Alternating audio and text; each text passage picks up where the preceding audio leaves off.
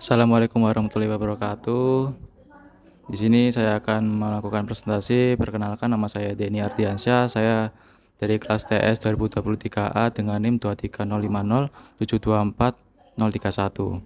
Sebelumnya, perkenalkan Bu, siapa namanya Bu? Assalamualaikum warahmatullahi wabarakatuh. Perkenalkan saya Aura. Saya adalah guru PPKN khususnya di SMA Negeri 4 Sidoarjo. Oke. Oke. Jadi saya akan ngasih pertanyaan dari saya berkaitan dengan Pancasila. Yang pertama, Bu Aura ini apa yang diketahui tentang Pancasila ya Bu? Kalau saya, apa yang saya ketahui dari Pancasila, pastinya Pancasila itu kan sebagai dasar negara kita, ya kan? Kalau kita menggilas balik ke sejarah, Pancasila itu lahir pada tanggal 1 Juni 1945. Terus selain itu, Pancasila bukan hanya sebagai dasar negara, tapi dia juga sebagai kepribadian bangsa, sebagai perjanjian luhur, sebagai pandangan hidup, sebagai jiwa bangsa Indonesia. Dan Pancasila itu terdiri dari 5 sila, di mana 5 sila itu saling berkaitan satu sama lain. Jadi ibaratnya sila dalam Pancasila itu tidak bisa berdiri sendiri, tapi sila pertama menjiwai sila kedua, begitupun sampai sila kelima. Eh, Kalau untuk maksud dari nilai dasar itu apa aja ya Bu? Jadi gini, Pancasila itu kan memiliki 3 nilai ya Iya, tiga Mas, nilai nilai. dasar, instrumental, dan praksis. Persis. Kalau nilai dasar itu ibaratnya seperti esensinya. Oh, Jadi esensi. misalnya seperti ini, kayak sila pertama itu nilai dasarnya adalah ketuhanan. Nah, Sila kedua kemanusiaan, ketiga persatuan, keempat kerakyatan, dan kelima keadilan. keadilan. Nah, nilai itu tadi kemudian dijabarkan dalam nilai instrumental, diterapkan dalam peraturan-peraturan misalnya undang-undang, TAP MPR. Nah, kemudian diamalkan dalam kehidupan sehari-hari. Itu masuk dalam nilai praksis Oh, gitu. gitu. Jadi saling berkaitan. Oh, gitu. Untuk pertanyaan selanjutnya, menurut pandangan Bu Aura ini, Pancasila itu apakah sudah sesuai dengan ideologi yang ada di kehidupan masyarakat ya Bu? Sesuai, karena gini, Pancasila itu sebenarnya kan kalau di sejarah kan kita tahunya tanggal 1 Juni Oke, lahirnya ya. ya. Tapi sebenarnya Pancasila itu lahir bersamaan dengan adanya bangsa Indonesia itu. Oke. Jadi kalau 1 Juni itu kalau saya boleh mengatakan itu sebenarnya hari lahir istilah Pancasila. Karena apa? Karena sebenarnya Pancasila itu ada ya sejak bangsa Indonesia itu ada. Oh, gitu Jadi ya. sudah sangat sesuai. Sesuai ya. Mm-mm. Untuk pertanyaan selanjutnya yaitu pemahaman menurut Bu Aura, masyarakat apakah sudah memahami sebagai ideologi Bu? Masyarakat luas. Soalnya kan banyak kasus-kasus seperti kayak ada orang-orang yang melenceng dari Pancasila itu sendiri, kayak misal ya kayak nilai dasar kelima keadilan. Nah, banyak orang yang bilang keadilan itu tidak sesuai di masyarakat saat Indonesia saat ini Bu. Nah, menurut Anda gimana Bu? Sebenarnya kalau menurut saya sih sudah sesuai, tapi kita juga nggak mungkin menutup mata kalau di masyarakat itu banyak kasus-kasus yang belum mencerminkan Pancasila dalam kehidupannya ya. Saya ambil contoh seperti kayak adanya radikalisme. Kan di Pancasila kan nggak dibenarkan itu Ya. radikalisme. Kita kan malah disuruh untuk saling toleransi, menghargai antarumat beragama. Tapi kalau radikalisme kan apa ya? Itu mungkin karena ada rasa fanatisme, rasa menyukai berlebihan Oh, iya. dari orang itu sendiri, sehingga itu yang membuat dia kemudian tidak bisa mencerminkan Pancasila. Jadi Hmm. oknum-oknum tertentu lah. Tapi kalau saya rasa semuanya sudah paham, tapi mungkin ada beberapa, namanya orang kan pikirannya masing-masing ya Ya, Mas. Bu. Jadi ada pemikiran beberapa orang yang mungkin agak melenceng seperti itu tadi. Ya, seperti oknum-oknum itu ya, Bu. Oh, nggih.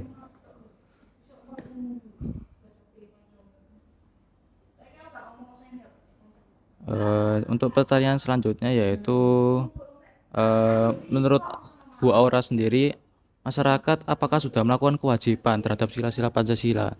Misal kayak kemanusiaan, yaitu saling tolong menolong, kayak persatuan, kayak gotong royong gitu, Bu. Apakah Menurut saya sudah sudah ya, Bu? sih, sudah sih. Contohnya seperti apa, Bu, kalau boleh tahu? Contohnya seperti misalnya kalau saya mencontohkan di Di lingkungan sekolah sekolah, aja ya, Bu. ya.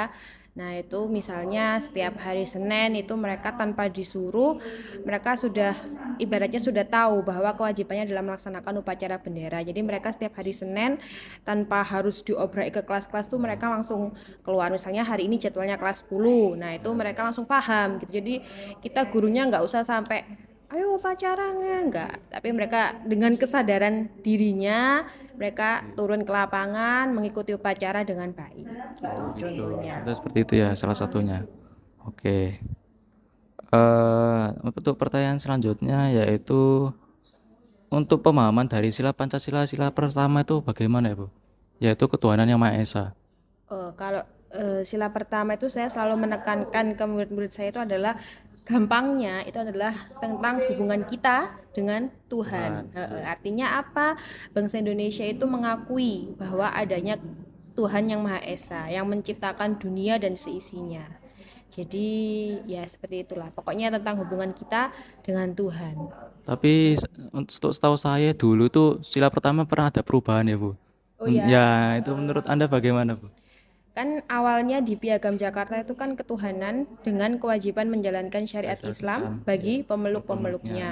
Nah, kita kan perlu diingat ya Mas, waktu kita berjuang memperdapatkan kemerdekaan, itu kan nggak hanya orang Islam Ya, yang ikut memperjuangkan loh ya. ya. Tapi kan juga banyak pahlawan-pahlawan yang dari timur yang mungkin dia non-Islam, non-Muslim, sorry. Muslim ya. Nah, yaitu memang apa ya, memang ada keberatan kan waktu itu kalau kita ingat sejarah, waktu itu ada Laksamana Angkatan Laut atau apa saya Ya, lupa itu sana. yang mengajukan Oke. keberatan. Nah, kemudian kan akhirnya dirubah. Nah, menurut saya sih memang sebaiknya begitu karena Indonesia itu bukan negara yang hanya ada satu agama Ya, doang, Islam doang misalnya, tapi kan banyak banyak agama di sini, ya ada agama, 6 agama seperti banyak Kristen, agama, banyak suku, banyak dan ras, apa ya, beragam Bhinneka jenisnya. Tunggal Ika lah. Ya, oke. Untuk pertanyaan selanjutnya yaitu untuk tanggapan Bu Aura sendiri, jika seseorang tidak melakukan atau melaksanakan penerapan sila pertama bagaimana ya, Bu? Gini, sila pertama itu kan hubungan kita dengan Tuhan, Tuhan. oke. Nah, kalau seandainya dia tidak melakukan dalam hal misalnya tidak sholat atau misalnya tidak puasa, itu Ya. kan urusan privasi dia Oh, masing-masing. itu urusan diri sendiri ya, Bu. Kita kan juga tidak bisa kemudian langsung mengjudge bahwa oh kamu nggak sholat berarti kamu tidak mengamalkan Pancasila sila pertama, kan nggak mungkin. Oke. Nah, jadi selama urusan yang tidak dilaksanakan itu urusan privat dia, ya kita biarkan, maksudnya kan itu urusan dia dengan Tuhan. Tapi kalau misalnya urusannya itu sudah menyangkut hal-hal publik, misalnya seperti gerakan-gerakan yang apa namanya radikal Radikalisme tadi, ya. nah itu kan sudah menyangkut publik tuh, sudah Oke. menyangkut orang banyak. Nah gitu kita perlu membuka ruang dialog, kita perlu bertanya kenapa kok sampai seperti ini, apa motivasinya, kok bisa melakukan hal seperti ini, gitu. Oke, Bu.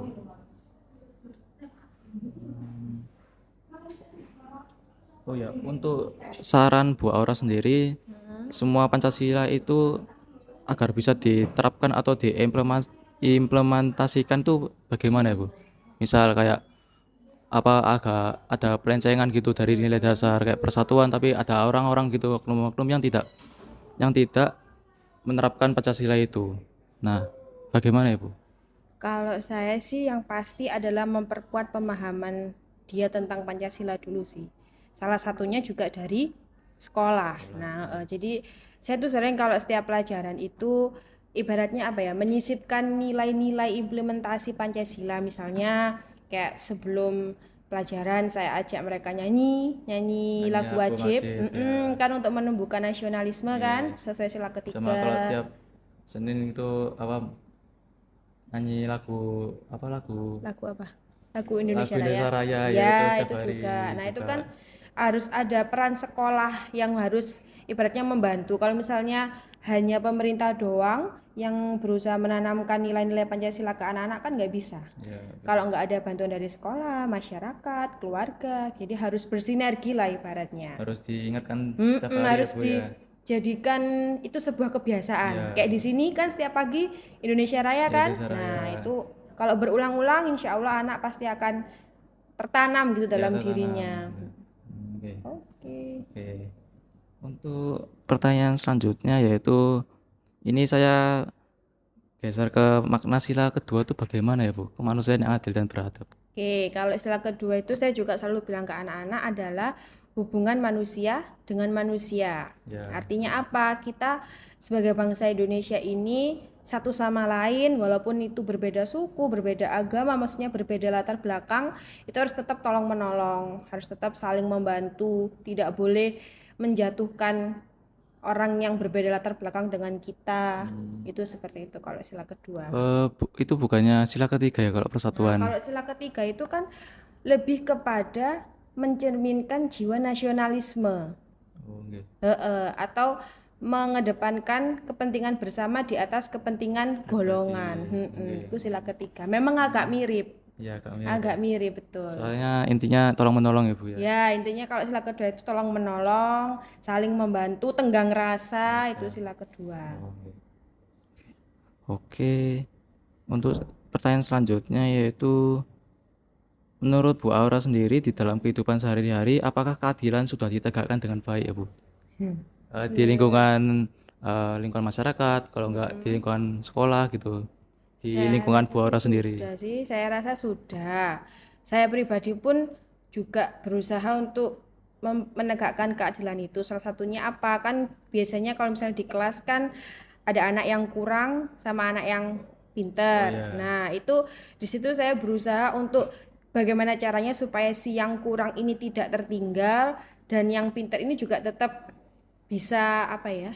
Tetap bisa lebih pinter gitu loh Mas. Maksudnya kan biasanya kan ada beberapa oknum itu yang hanya istilahnya hanya mempedulikan yang pinter-pinter doang. Oh, iya, iya, Nah, ada. terus yang kurang kan kayak kurang perhatian gitu. Iya. Nah, saya semaksimal mungkin mensamaratakan karena kan mereka kan sama-sama memiliki kesempatan belajar ya saya berusaha supaya mereka sama-sama paham gitu. Nah, itu salah satu contohnya kalau di sekolah.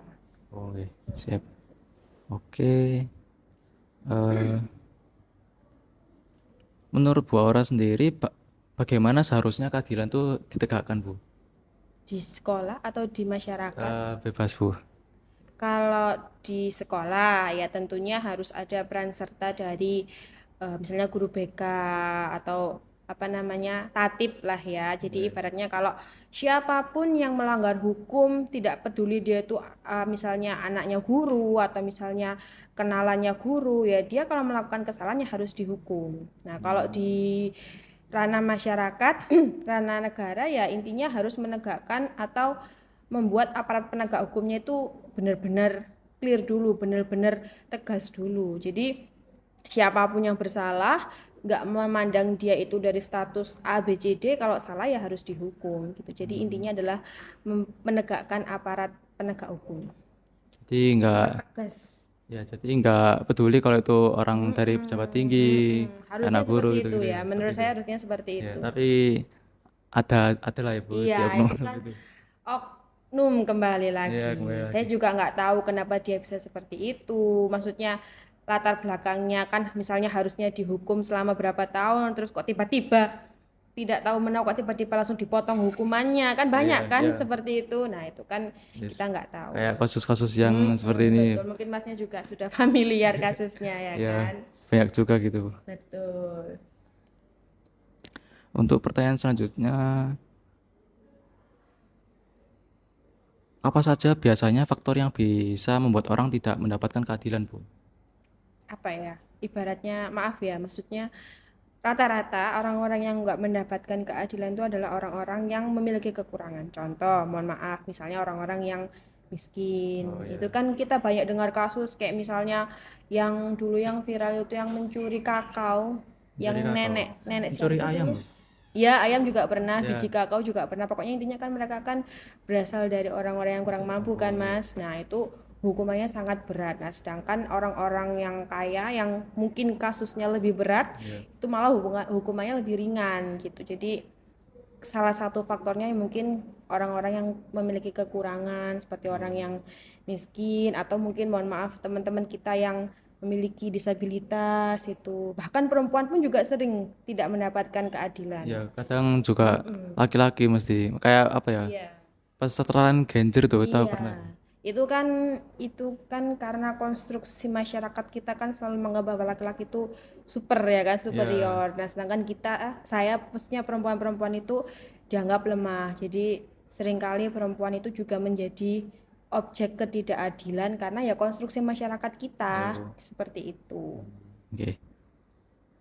Untuk pertanyaan selanjutnya, untuk harapan Bu Aura sendiri untuk keadilan dalam kehidupan warna negara Indonesia bagaimana ya, Bu? Ya pastinya saya berharap bahwa keadilan itu tidak hanya ibaratnya kalau dulu ada kata-kata keadilan itu tidak boleh tumpul ke bawah, tajam ke bawah Bawah, tapi tumpul ke ke atas. atas, ya. Intinya ya siapapun yang bersalah harus dihukum sesuai dengan sanksi Dan hukuman yang dari berlaku. perbuatan yang dia lakukan Ya, itu Bu. sesuai dengan hukuman yang berlaku. Berlaku. Gak memandang status ekonomi, status apapun lah, pokoknya sama rata.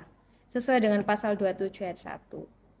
Yang baru viral hangat banget itu, Bu, yang tentang ketua KPU yang lagi korupsi itu bagaimana, Bu, pendapat Anda?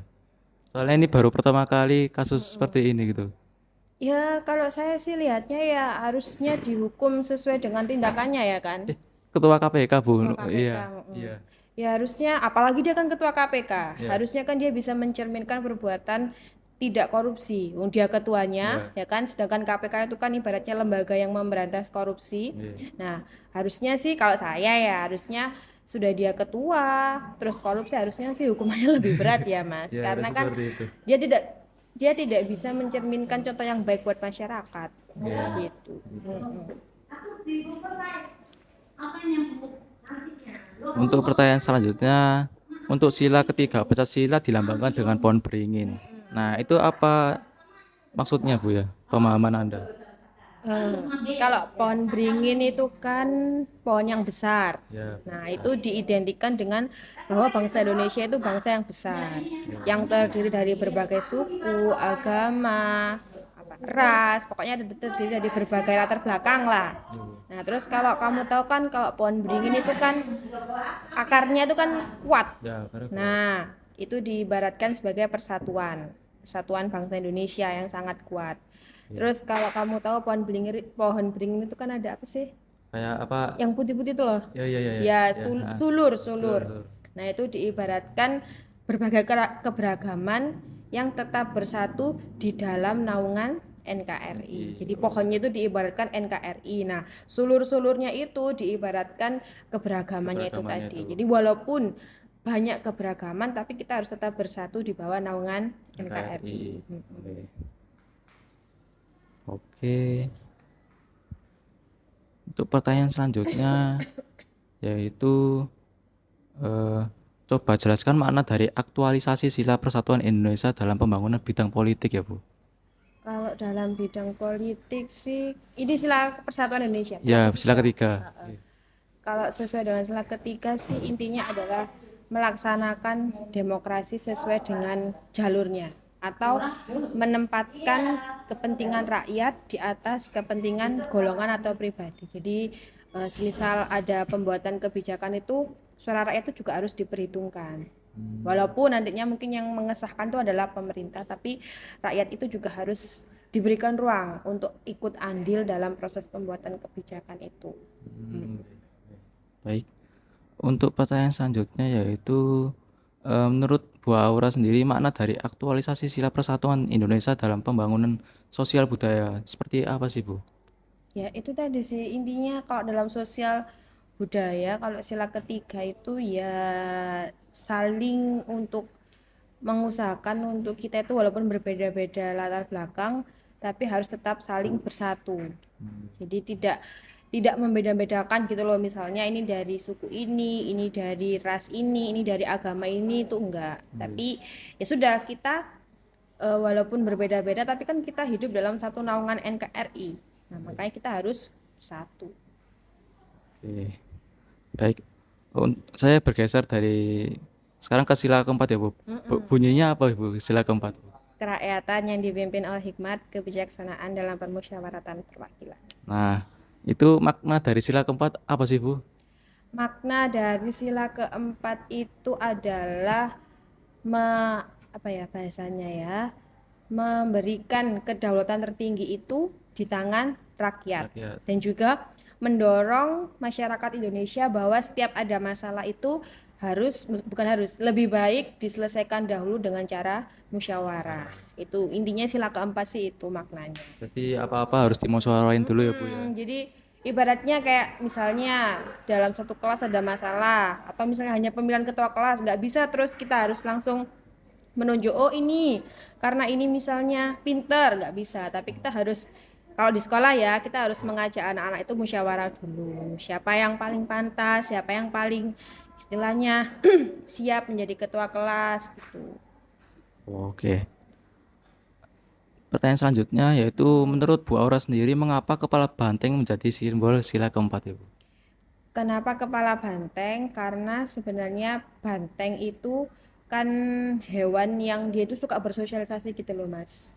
Ya, Bagaimana ya Bu sosialisasi? jadi dia itu suka berkumpul gitu loh sama teman-temannya. Jadi bukan hewan yang kayak individualis gitu. Jadi dia itu apa ya ibaratnya lebih sering menghabiskan waktu tuh bersama teman-temannya gitu loh. Kawanannya Bu ya. Bersama kawanannya itu. Nah, itu diibaratkan bahwa kita sebagai manusia ketika ada masalah itu ya harus berkumpul dulu, harus musyawarah dulu untuk menyelesaikannya. Nah, itulah kenapa apa namanya dilambangkan kepala Banteng. banteng.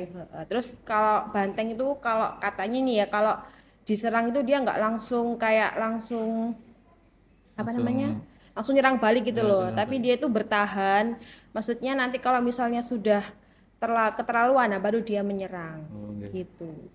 Oke Bu. Untuk pertanyaan selanjutnya yaitu contoh perilaku yang melambangkan sila keempat bagaimana Bu? Kalau di sekolah pastinya menyelesaikan masalah dengan Musyawarah. musyawarah, terus juga tidak memaksakan kehendak orang lain, menghormati pendapat orang lain, terus juga melaksanakan hasil rapat dengan penuh tanggung jawab, itu sila keempat. Oh gitu. Oke.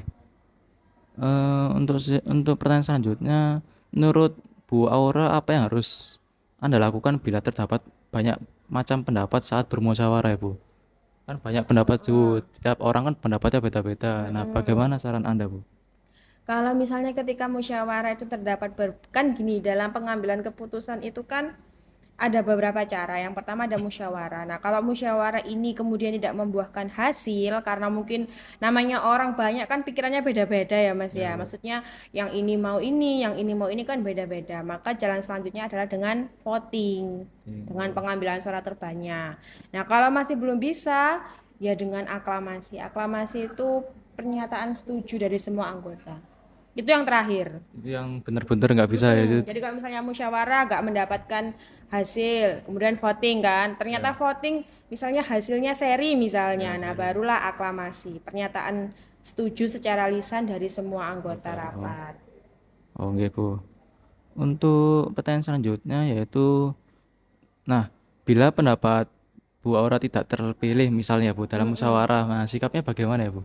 Ya, kalau secara manusiawi sih mungkin kesel ya. Kan Ya, mungkin Mas juga pernah merasakan seperti itu misalnya ketika ada musyawarah apa terus ternyata kita merasa sebenarnya usul kita ini udah paling benar, udah nah, paling cocok lah sama masalah ya, ini. Tapi kan kita nggak bisa kemudian memaksakan pendapat kita. Kita kan musyawarah kan dengan orang banyak, nggak hanya dengan diri kita ya, sendiri kan. Nah, kalau saya sih, kalau misalnya pendapat saya tidak diterima, ya sudah, saya akan apa ya bahasanya legowo apa sih betul. namanya berlapang Ya, Bang dada Dada, ya, ya. karena saya juga harus berpikir bahwa pendapat ini tuh pendapat orang banyak nggak bisa saya memaksakan nah jadi saya harus legowo dan nanti misalnya seandainya keputusan rapatnya itu bukan hasil dari pendapat saya misalnya dari pendapat A misalnya Ya. yang mungkin menurut saya itu lebih baik pendapat saya loh daripada si A Nah, tapi ketika pendapatnya si A itu udah menjadi keputusan bersama, ya saya akan melaksanakannya dengan penuh tanggung jawab.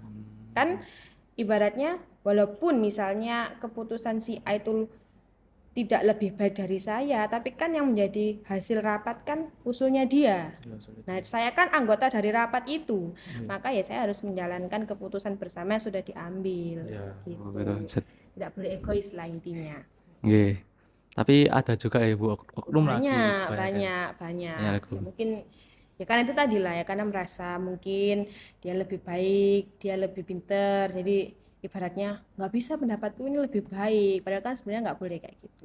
Nah, tapi kan ada juga kayak misal ada pendapat si A ini. Nah, ini si A ini sudah kayak apa ya? Istilahnya tuh di mata masyarakat itu dia tuh sudah kayak baik. Jadi kayak apa-apa itu dia, masalah itu dia. Nah, tapi sedangkan ada kayak ada orang si B misalkan. Nah, pendapat itu lebih bagus. Nah, tapi apa ya istilahnya ya? Bukan tokoh masyarakat di situ gitu tak Nah, seperti maksudnya. itu.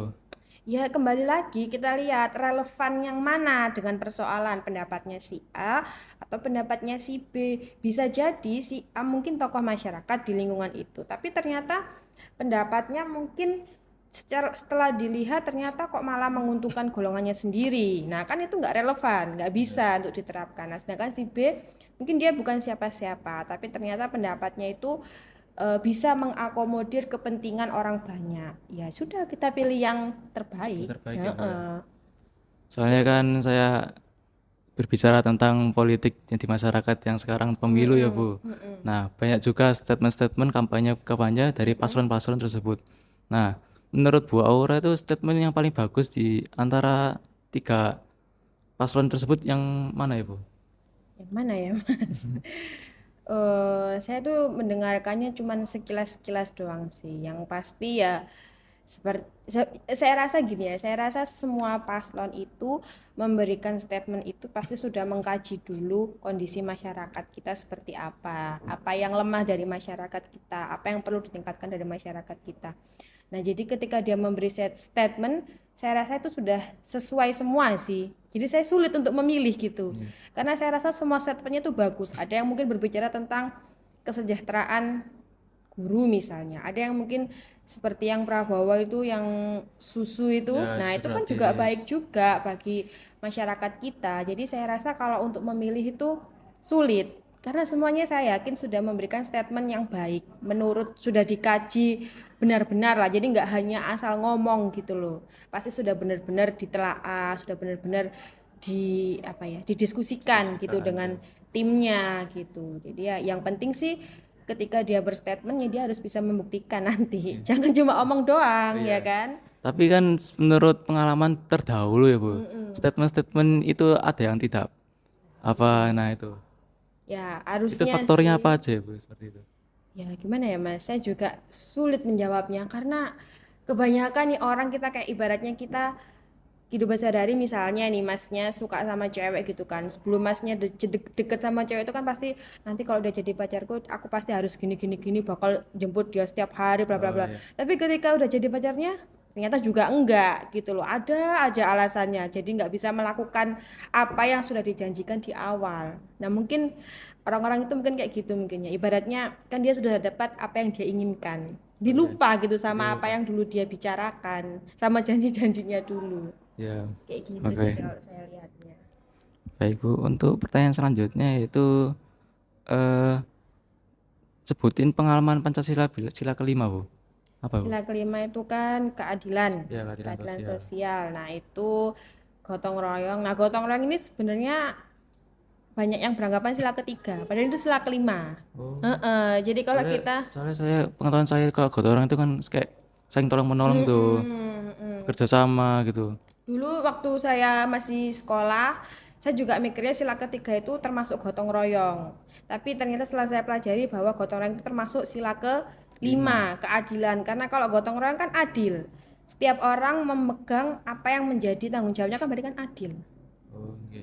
Jadi misalnya kamu bisa misalnya gotong royong di masyarakat ya, misalnya A bisa ngecat, ya wes A yang ngecat, B bisa misalnya apa ya, ya B yang mengerjakan. Oh, berarti setiap orang ada tugasnya masing-masing ya Bu? Memberikan porsi sesuai keahliannya, Oh gitu. keahlian setiap orang. Kan gotong royong kayak gitu kan? Iya gotong royong. Tapi kan banyak orang masih beranggapan kalau gotong royong itu kan kemanusiaan, adil dan beradab gitu. Saya menganggapnya dulu waktu sekolah malah sila ketiga, Oh, ketiga. persatuan. Persatuan. Karena kan mikirnya kan, oh ya persatuan, nah gotong royong kan bersatu kan. Menurut saya mikirnya sila ketiga malahan dulu. Tapi kalau saya persatuan itu apa ya, kayak tidak membeda-bedakan, soalnya kan bersatu Bu. Tidak membeda-bedakan itu malah dua mas, sila Oh, kedua. malah dua ya Bu?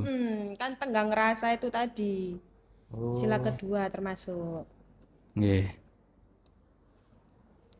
Untuk pertanyaan selanjutnya yaitu simbol Mm-mm. sila kelima Pancasila itu apa ya Bu simbolnya Bu? Padi dan kapas. Nah, Pajajaran Kapas itu maknanya apa Bu menurut Anda? Jadi padi itu kan lambang pangan ya, Ya, lambang makanan pangan, dulu, lambang makanan. pangan. Kalau kapas itu kan lambang sandang. Jadi sebuah negara itu dapat dikatakan makmur, dapat dikatakan maju itu ketika orang-orangnya itu sudah mampu mencukupi dua hal ini, pangan dan sandang. Sandang dan pangan. Sandang dan pangan. Ya. Jadi harapannya Indonesia itu bisa memberikan keadilan menyeluruh ke masyarakatnya tanpa membeda-bedakan, terutama dari dua hal ini, sandang Pangan dan pangan. pangan. Makanya dilambangkan padi dan Dan kapas. Oh ya, tadi itu untuk sila kedua itu lambangnya apa ya Bu, kalau boleh tahu? Sila kedua mata rantai. Mata rantai. Nah, maknanya seperti apa Bu? Kalau Hubungan dengan kemanusiaan Bu. kan itu kan gambarnya kan mata rantai, terus kan dia kan saling berkaitan gitu loh. Iya, saya Nah, berkaitan. tadi kan makna sila kedua kan intinya kan tolong menolong. Iya. Nah, itu itu melambangkan bahwa masyarakat Indonesia itu saling berhubungan satu sama lain. Jadi satu sama lain itu tidak kemudian saling egois, saling mementingkan dirinya sendiri enggak, tapi mereka saling bahu membahu, saling membantu. Jadi tanpa melihat latar belakangnya apa, kalau ada yang kesusahan, ya sudah kita bantu selama kita bisa dan mampu. Gitu. Tapi kan banyak orang itu apa ya? Kayak misalnya saya ambil dari kepolisian Ibu. Nah, itu ada oknum itu kayak misalnya ada kasus gitu. Misalnya kayak pencurian sepeda gitu. Nah, orang itu kayak memberi laporan ke kepolisian. Nah, tapi kok tidak digerakkan Bu? Maksudnya kayak apa ya? Kebanyakan orang yang berduit gitu yang bisa langsung digercep gitu istilahnya Bu.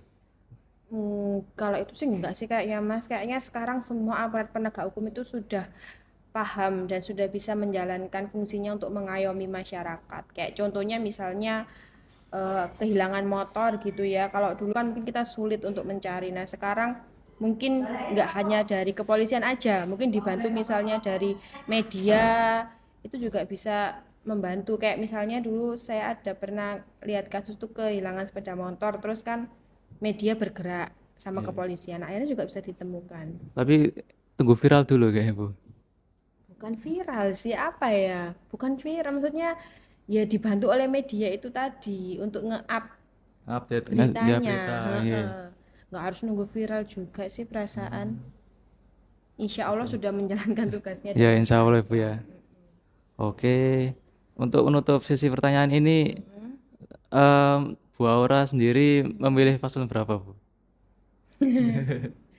Saya itu gimana ya? Kalau saya akan memilih siapa yang benar-benar bisa membawa bangsa Indonesia ini lebih baik. Oh, gitu. Siapapun lah ya, siapapun yang bisa merealisasikan janjinya. Jadi kan selama ini kan mungkin sekarang saya ada kecondongan di paslon nomor 1 misalnya. Tapi ternyata waktu dia jadi dia tidak bisa merealisasikan janji-janjinya kan sama aja. Jadi intinya siapa yang nanti bisa memilih yang terbaik, yang memberikan yang terbaik bagi bangsa Indonesia. Oh gitu, oke Bu.